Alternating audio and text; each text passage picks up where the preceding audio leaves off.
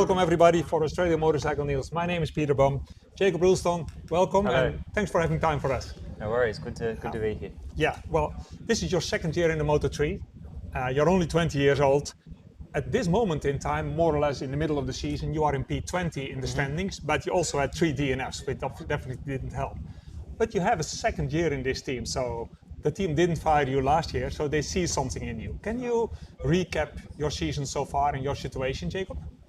Yeah, so two of the DNSs, I wasn't able to start the races at the start of the year due to an injury, and then unfortunately mechanical in the other one. But oh, the mechanical one was terrible, eh? Bad timing for a mechanical. Yeah, but no, I signed with Tech 3 for last year, and for this year signing with KTM. So it's a different expectation. It's a more you're a lot more expectation now in your second year. So, I was a bit unlucky at the start of the year. I unfortunately broke my neck in training, so it was something that I really had to. Broke my neck, just for the record. Yeah, so it was something that I had to take my time to get back and to recover properly, because it was a it's a nasty injury, and even to this day, still getting the requirements to race properly is still a big thing with my life. Oh really? Yeah. Yeah. You're still struggling more or less. You're still not struggling, but it's it still gets fatigued. I'm still working a lot on it to get it loose, because it's. But no, it's good. Well, people know in MotoGP there is thousands of people around the rider that help them in whatever way. Moto3 is a different league, but still you don't do this alone. I mean, these bikes are complicated. It's a top level of racing. Can you just make a summary of how many people is your direct circle and who's doing what in your, how many mechanics, data guys, tire guys, whatever you have? So in the team, it's the same. The only thing we share is the tire and fuel guy per rider. So I have 2 mechanics, a crew chief and an engineer. So it's quite basic. That's in the junior GP categories, you have the same, but you have an engineer who is the crew chief as well. Yeah. So now you've got an extra guy that it's a lot more planning and a lot more strategy in this championship. So yeah, it's quite a small team, but it's everyone's quite busy. It's not like GP where you've got one responsibility. In Moto3, the mechanics have they work on the whole bike. And then the engineer works on every department in the engineer, and then as well with the crew chief. So it's very, they are all quite busy, to be honest. What you call, nobody has an easy life in this paddock. Just for the record, for people who dream of working it, keep dreaming, but don't think it's an easy life. But what you call an engineer is probably the electronic guy, you mean? Yeah, the engineers, the crew chief and. The crew chief is an engineer as well, but it's very, your crew chief kind of talks more with the rider, while the engineer is checking data. He's the data analysis. He's they're the everything. He writes the reports. It's very, it's very, as I said before, it's very big range. Everybody of their has work. a huge portfolio. Yeah. So although it's very. A lot more simple than GP, they've got a lot more roles to do. Yeah, clear. And so your electronic guy, let's call him like that, he's responsible for setting up the issue. It's the Lotto issue in Moto3, but also downloading the data, analyzing the data. Now, my question to you is, are you also checking your own data? And if you do, what are you looking for? Are you looking for real technical things? Maybe the suspension, or is it more like faster, slower? It's more fast and slower compared to whatever fastest time we have on the data system. So a lot of it could be myself or my teammate from last year is what we've been comparing with. So it is a lot of it's. I'm not a huge. I'm a more learner of visually seeing something rather than sitting down and reading data. I find it extremely useful, but it's something that I'm not one to study the data as much. They simplified a lot for me.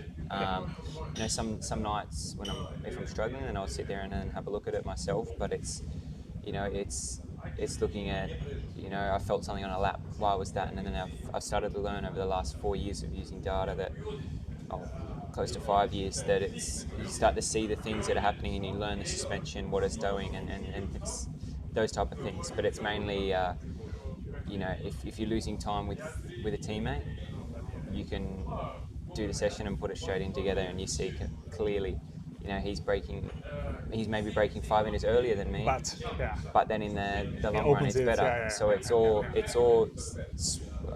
I like to say it with it's fly shits. It's tiny little things that add up in the future. Yeah, but it's world championship level, means nobody is hanging around. So you're looking for tiny. There is no marginal gains. Everything is hugely important. And so I'm going to explain a little bit to the viewer about the bike, and then I'm going to ask you some. Because Moto3, for people who don't know this, is not a standard class, but it's almost a standard class. There's only 2 manufacturers that are active. So basically everybody has a factory bike. It's either a Honda or a KTM. And I think there are more KTMs than Hondas on the field, is it? And they homologate a bike. And as a team, you get the bike with a whole lot of parts. These are not just spare parts, but parts that can help you set up the bike. So you've got different linkages, and you've got different, not different swing arms, you've got different triple clamps, and you can change a lot on the geometry of the bike. What you cannot change, or should not change, is the inside of the engine, how much power it gives. So you can do a little bit of fueling with the issue. You guys have to work with the gearbox ratios, the primaries and the secondaries, which in Moto3 is a lot. I mean, here in us, it's a task already again to find the good, these good things. So all the KTMs are supposed to be, they are the same. I don't think it's very easy to cheat. I don't want to assume people are cheating. So all KTMs are the same basic package, but it's down to the team and the rider how much you make of it. How much you like that part of the game by thinking about maybe a higher third gear or a lower first gear, or you know, and then speaking with your ECU guy and trying to find something there. You like that? That's something that I enjoy. You know, I've got my engineer guy is a really smart technical guy, so it's something that I like to work on that type of stuff with. So yeah, I find it interesting. You know, sometimes I might need a little bit shorter third gear, but then I can't because it'll affect some places. So then you maybe have to learn how you know, maybe I pick the bike up a little bit earlier so the RPM drops a little bit more. It's simple things that I enjoy to learn, that's for sure. But yeah, it is quite a powerful bike. You know, 60 horsepower, you know, top speed 260. Like, it is pretty quick. So it is quite a simple bike. Like, they whip out the engine and put it back in super quick and easy. So it's something that it's like... just for the viewer, 60 horsepower, it doesn't sound like an amazing no, bike, but the weight is nothing. The bike is about 80 kilos, 90 kilos. Exactly, so the power to weight ratio is really there. So it is very easy to get carried away with the power, that's for sure. And compared to MotoGP, you don't have a lot of buttons or levers and stuff, fortunately. You do have a launch control on your bike? Yeah, we've got launch control, we've got a pit limiter, and mapping. That's really it. So another map.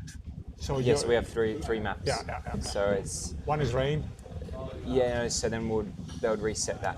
So then it'll be a different setup. So normally I've got map 1 and map 2's like for the race would maybe have a little bit more engine brake, and then map 3 is like emergency one, so it's kind of a same setup as 1 but just a different thing in case something's not throwing in another map during the riding is probably because your tire wear goes down. Yeah, that's for sure. Just for that, So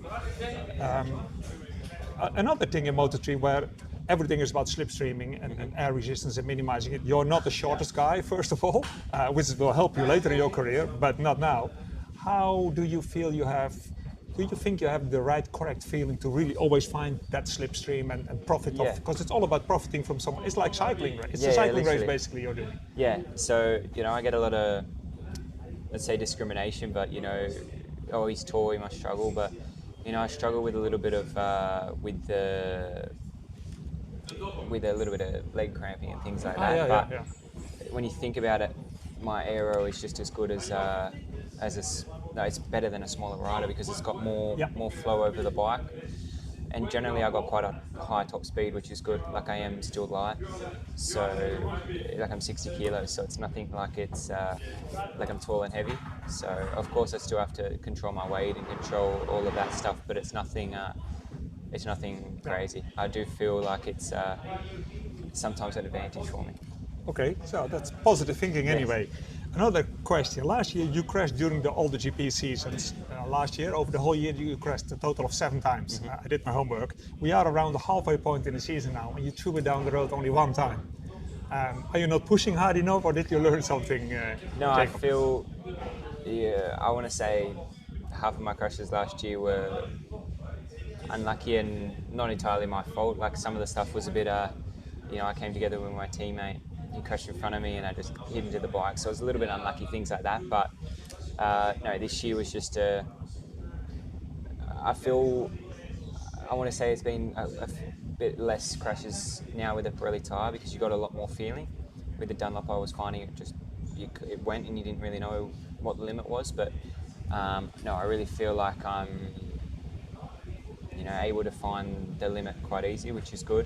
And last year I was using the same tyre that I was racing, so I was able to learn some things from that as well. But no, I feel, no rider wants to crash, but if you're not crashing, then you're not pushing hard enough. There is a limit.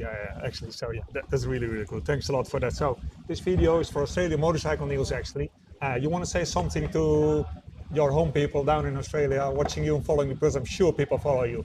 Yeah, it's awesome to get a lot of I get recently a lot of messages from a lot of the Aussie fans. It's amazing. They're staying up until sometimes past midnight, which is for me showing the real love and passion of the sport, which is I'm super grateful for. We're over here doing what I love, but nothing would happen with like the sacrifice of my family.